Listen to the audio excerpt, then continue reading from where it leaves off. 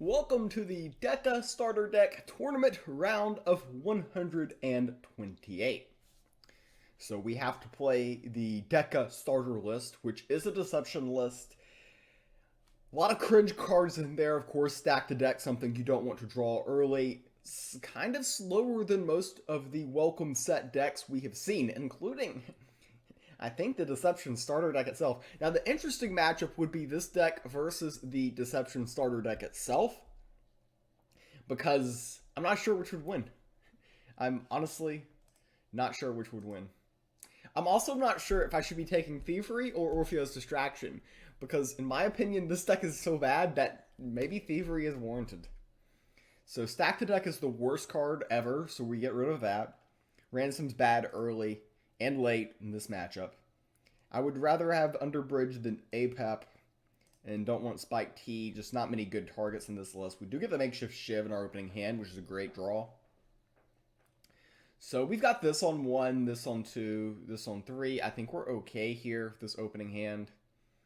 They get that on 1. We Makeshift Shiv. We're not going to attack. We're going to use this to mostly fight for control of the board. Next turn, we either play Glider Assailant or Vault Vagabond, whichever one fits our fancy, you could say.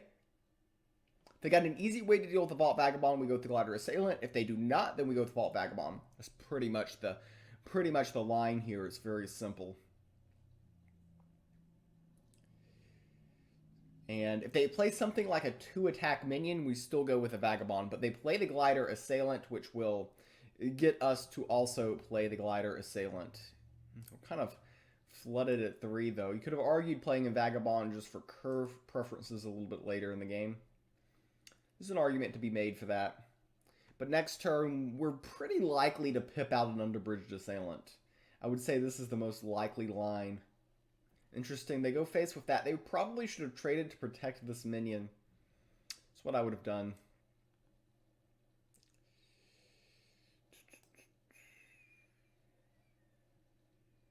Drawing this gives us options this turn. We can this. I think this is better. I mean, you can argue. The thing is when am I going to do that line? It's tricky. You could argue that Underbridge Assailant's better there. But I think I'm kind of contesting the board somewhat and can play this. And then the turn after, play double Vault Vagabond. Kind of planning this out. Though there's definitely a case for just slapping the Underbridge there. Okay, Ronald and Sparrow. There's also lines where we play a Vagabond and GP next turn. Not when they do this, though. Not when they do that, indeed. Alright, so Underbridge, face. So the question with the Relic is, do we want to go face to acquire more favor? And there's a case to be made on either direction. The Rune of Strength is definitely the best card in the Sanctum. I think they peel here, we peel here. Yeah, so they're going to overload us with things we want to do.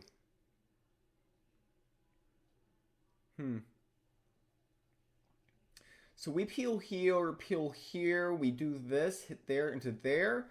Ooh, I think I like this turn for us. Do we have enough mana to do everything I want to do? The answer to that is no.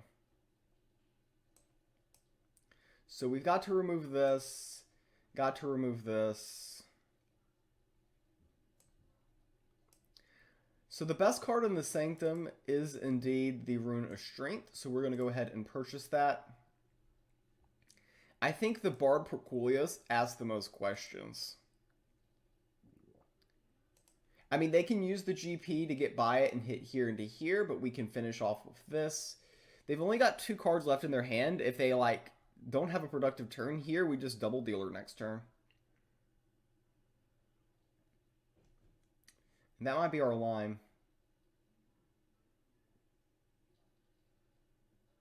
Yeah, okay. So they've got 2 cards in hand.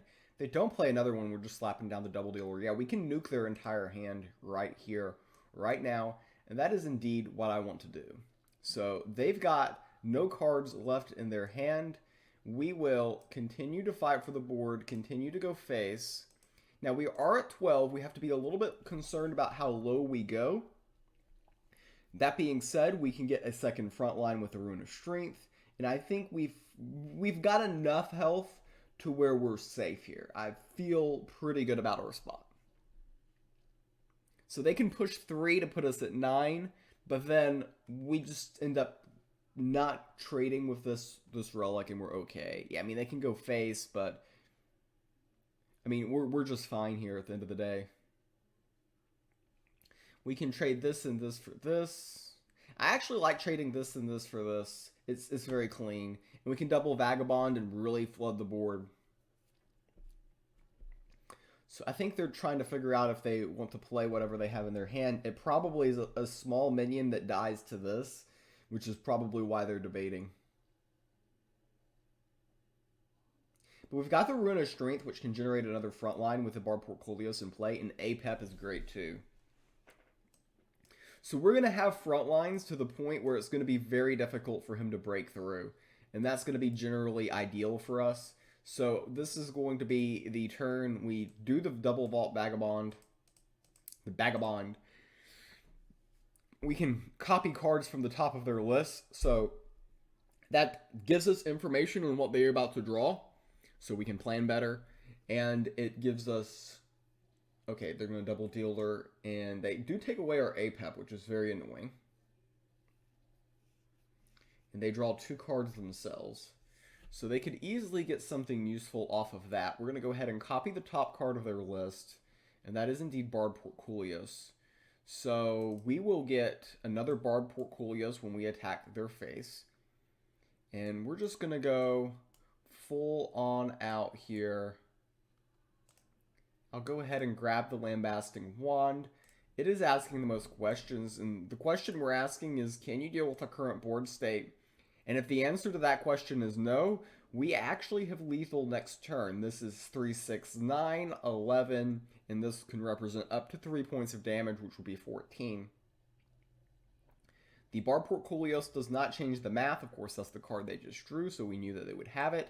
We can play the Rune of Strength, utilize our God Power here, and we will indeed accomplish lethal and get the victory in game number 1.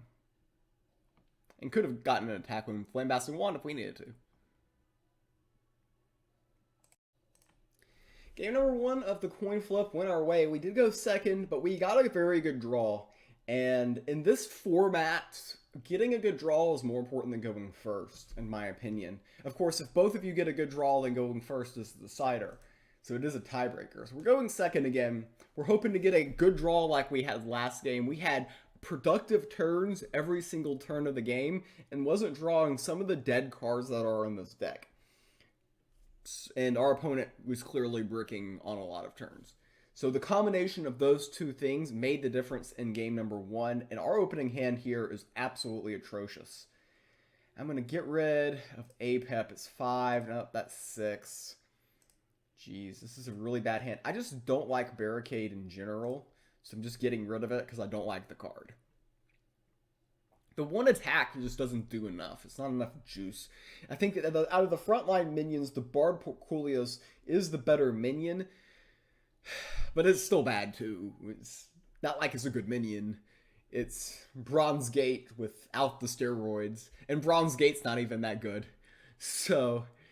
Okay, we've got an Axewoman, an Assailant, and a Barb Portcullios. This is not bad. You could do a lot worse in starter decks. Could do a lot worse than this. So our opponent going first, and they're going to go ahead with the makeshift shiv on 1, which does make sense. They're going to go ahead, go to the face, taking a slightly different approach than I was taking last game with it. I've got the option... And I'm going to go ahead and play the Glider Assailant. You could have argued playing the Barricade because it's kind of awkward with the makeshift shift. And this gives them the option to attack here in GP. But I think that they want to play a minion or something a little bit more progressive going first. So this is just more of a pose a question to our opponent. And see, they go face. And then they use a GP here. So that wasn't a very good line by our opponent. If you're going to GP here, you should definitely take out this minion. Definitely should have taken out the minion. Now we're going to play Vault Vagabond, and this card is going to be difficult to get to, I think, because we're going to have a Barricade and a Barb Portcullios out there kind of protecting it, and we're going to be drawing cards from the top of our opponent's list, which gives us information on what they have. Oh, okay, wait, they can actually remove it. They can actually remove it by attacking with the Axe Woman and the Shiv if they would like to do so, and it looks like they're going to do exactly... Oh, wait, they go face again. I don't understand. I'm confused. I'm confused on that. I definitely think that they should have taken this minion out. We know they're about to draw Glider Assailant. So we will just flood the board, keep pressuring things. Next turn, we have the option of playing a Barricade, Barbaculios, Poison Peddler. We know they just topped that Glider Assailant, which is a very awkward minion to play when I just played Vanguard Axewoman. And it does fit their curve, so they might play it. They're going to go face. They do have the first pick in the Sanctum.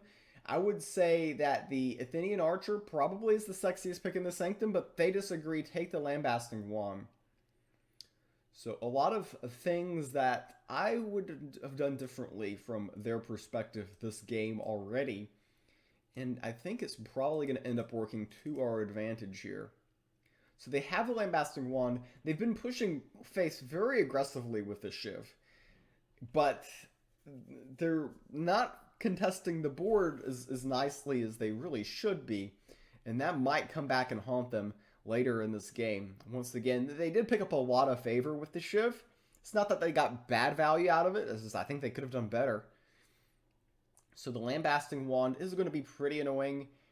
And they're going to GP here, so they can GP that again next turn and still remove it, which I guess is something. So we're going to go ahead, attack face with both minions. It gives us the option of picking up the Bronze Servant in the Sanctum, which will weaken the Lambasting Wand. And we'll play the Barricade because it does fit our curve.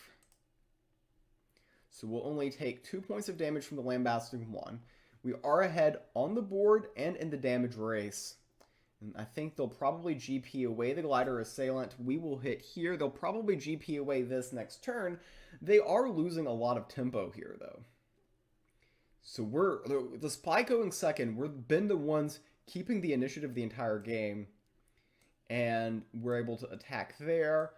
Ronald and Sparrow, and I'm playing the Uncanny Rogue. I want to be the aggressor. I've got the board. You don't have to worry about board wipes like Rapture Dance and Starter Deck Mirror Mania, because we know that they're playing the same list we are. So in a normal game, you probably don't play the Uncanny Rogue there because it's 6 mana against Deception. You're worried about Rapture Dance. And Starter Deck Tournament, where you are both playing the exact same list and you know that's not in their list, there is no reason to play around it. You just go all out. And I know that there's no board wipes in their deck, so there's no way to punish.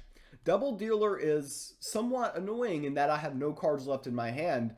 But the problem is I don't need any more cards. What I have on the board is incredibly effective. And indeed, threatening lethal next turn, posing the question to our opponent. Honestly, I don't think there are any outs for my opponent in this spot in the starter deck. It's just really tough. You can't fall behind in these matchups, whether or not you go first or whether or not you go second. That's why a lot of people talk about how important it is to go first. It's because the initiative is so important. And in this game, it feels like our opponent kind of just handed us the initiative. We did have a solid draw, nothing really amazingly, but I think the game came down to the misplays with the makeshift Shiv, and we're going to go ahead and take this one. And this was the round of 128. We will be advancing to the round of 64, which is the Money Bubble round. So the stakes are high, chat. The stakes are indeed very high. I would like some steak right now. I would.